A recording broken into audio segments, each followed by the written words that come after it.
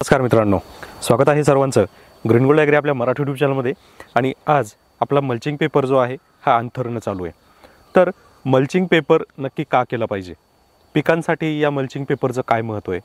कारण आपल्याकडे बरेच शेतकरी काय करतात की शेजारचा टाकतो म्हणून आपण टाकतोय आणि याच परिस्थितीनुसार आपली शेती परंपरा जी आहे ही चालली आहे। पण आपण हे समजून घेतलं पाहिजे की हे जे बदल आपण करतोय हे का करतोय, याच्यामागे कारणं काय आहेत आणि याच्यामागे आपली बचत काय होते, त्यासोबतच यामध्ये शेतकऱ्यांचा काय फायदा आहे, ह्या गोष्टी आपण जाणून घेतल्या पाहिजे।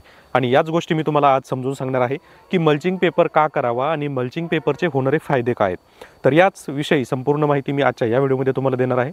तर जे शेतकरी आपल्या ग्रीन गोल्ड ॲग्री चॅनलवर नवीन असतील त्यांनी चॅनलला सबस्क्राईब करा, सोबत नोटिफिकेशन बेल प्रेस करा, म्हणजे आलेल्या व्हिडिओचं नोटिफिकेशन तुम्हाला मिळेल। तर मित्रांनो, हा जो मल्चिंग पेपर आहे हा 30 मायक्रॉनचा आहे आणि 30 मायक्रॉनच्या या पेपरमध्ये आपण लागवड करणार आहोत मिरची आणि कलिंगड। तर हा जो मल्चिंग पेपर आहे हा मल्चिंग पेपर का केला पाहिजे याची काही कारणं मी तुम्हाला सांगणार आहे।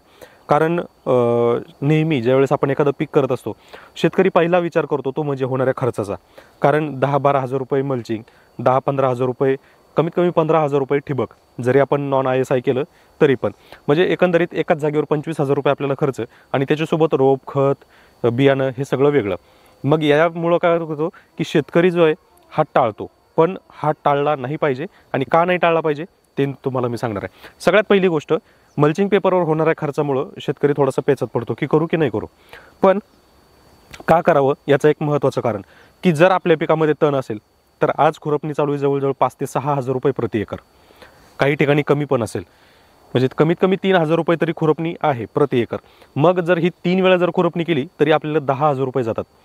मग यापेक्षा जर 10 हजार रुपयाचा आपण मल्चिंग पेपर टाकला तर ती बरोबरी आपली तिथं होऊन जाते। पण काही ॲडिशनल फायदे आहेत की जे हे मल्चिंग पेपर टाकल्यामुळं होतात। आता त्यातला पहिला फायदा की मल्चिंग पेपर टाकल्यामुळं फायदा काय होतो, तर पहिली गोष्ट, जर तुमची जमीन क्षारयुक्त असेल तर मल्चिंग पेपरमुळं क्षार जे आहेत हे वरच्या थराला येत नाहीत। परिणामी आपण जेवढी काही खतं देतो ही सगळी खतं आपल्या पिकाला लागू होतात। दुसरा मुद्दा, ज्यावेळेस आपण बी लावतो तर नॉर्मल प्लॉटवर आणि मल्चिंग असलेल्या प्लॉटवर जवळजवळ 2 ते 3 दिवसांचा सीड जर्मिनेशनचा फरक आपल्याला दिसून येतो।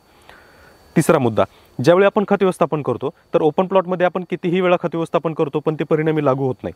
आणि आपण ज्यावेळेस मल्चिंग टाकत असतो तर मल्चिंग पेपरमुळं सगळं खत आपण वन टाईम टाकतो आणि त्यामुळं पिकाची सुरुवातीची जी ग्रोथ आहे ही चांगली होते। परिणामी झाड हे उत्पादनशील होतं आणि चांगल्या प्रकारे उत्पादन मिळून जातं। त्यानंतर चौथा मुद्दा, आपण खत व्यवस्थापन हे पाण्याद्वारे करू शकतो आणि आपण जेवढं पाण्याद्वारे खत व्यवस्थापन करतो तेवढं पिकांसाठी चांगलं असतं।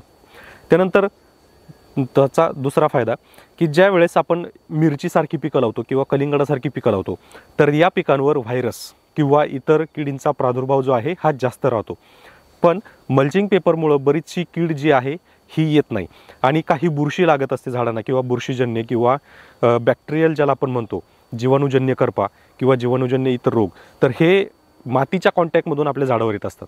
पण मल्चिंग पेपर हा असल्यामुळं जी काही खालची बुरशी आहे किंवा बॅक्टेरियल जे इन्फेक्शन आहे तर हे आपल्या झाडांना होत नाही। परिणामी आपलं झाड निरोगी राहतं आणि त्याच्यामुळे उत्पादनसुद्धा वाढतं।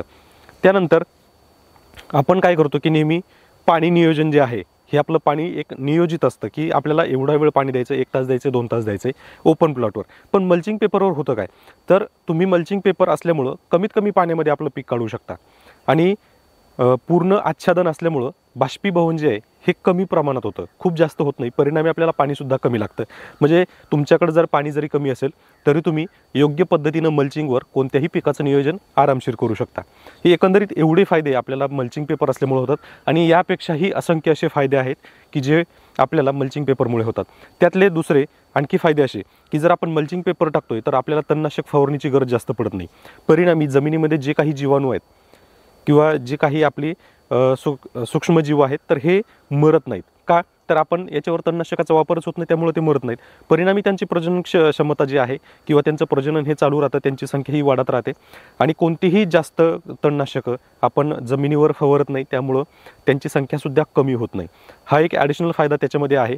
आणि सगळ्यात शेवटचा आणि महत्त्वाचा मुद्दा की याच्यावर तण जवळजवळ आता हा 5 ते 6 महिने मल्चिंग पेपर आपला राहणार आहे, त्याच्यामुळं तणावर सुद्धा नियंत्रण येणार आहे। एखादी जमीन अशी असते की ज्याच्यामध्ये तण हे खूप जास्त उगवतं, पण ज्यावेळेस आपण मल्चिंग पेपर वापरतो एक 5-6 महिने त्या गवताला किंवा ज्या तणाला ब्रेक मिळतो तो एक ॲडिशनल फायदा आपल्याला होतो. कारण बऱ्याचशा जमिनी अशा असतात की ज्या गवत काढलं की लगेच तण त्याच्यामध्ये उगवून येतं. परिणामी मग अशा जमिनीमध्ये मल्चिंग पेपर अतिशय फायदेशीर ठरतो. तर मित्रांनो, हे आहेत आजचे आपल्या मल्चिंग पेपरचे संपूर्ण एकूण फायदे. तर मित्रांनो, तुम्हाला हे फायदे कसे वाटले नक्की कळवा. तुम्ही जर मल्चिंग पेपर करत नसाल तर नक्कीच मल्चिंग पेपरवर शक्यतो आपली पिकं करत जा. खास करून मिरची, टोमॅटो किंवा कलिंगड किंवा खरबूज हे जी पिकं आहेत यांना शक्यतो मल्चिंग पेपर ठेवा. कारण ही पिकं अशी आहेत की यांच्यावर व्हायरस जो आहे हा लवकर येतो. परिणामी तुम्हाला जर व्हायरसपासून सुटका पाहिजे असेल तर मल्चिंग पेपर वापरा. म्हणजे डायरेक्ट सॉईल आणि क्रॉप यांचा कॉन्टॅक्ट जो आहे हा टाळा, जेणेकरून आपलं पीक उत्पादनक्षम राहील आणि त्याच्यावर कोणत्याही प्रकारचं व्हायरस येणार नाही. तर अशाच माहितीसाठी आपल्या ग्रीनगोल्ड ॲग्री चॅनलला सबस्क्राईब करा, नोटिफिकेशन बेल ऑन ठेवा, म्हणजे नेहमी आलेल्या व्हिडिओचं नोटिफिकेशन तुम्हाला मिळेल. तर मित्रांनो, आणखी तुम्हाला काय माहिती पाहिजे हे कमेंटद्वारे नक्की कळवा. आपण त्याच्यावरही सविस्तर व्हिडिओ नक्कीच बनवू.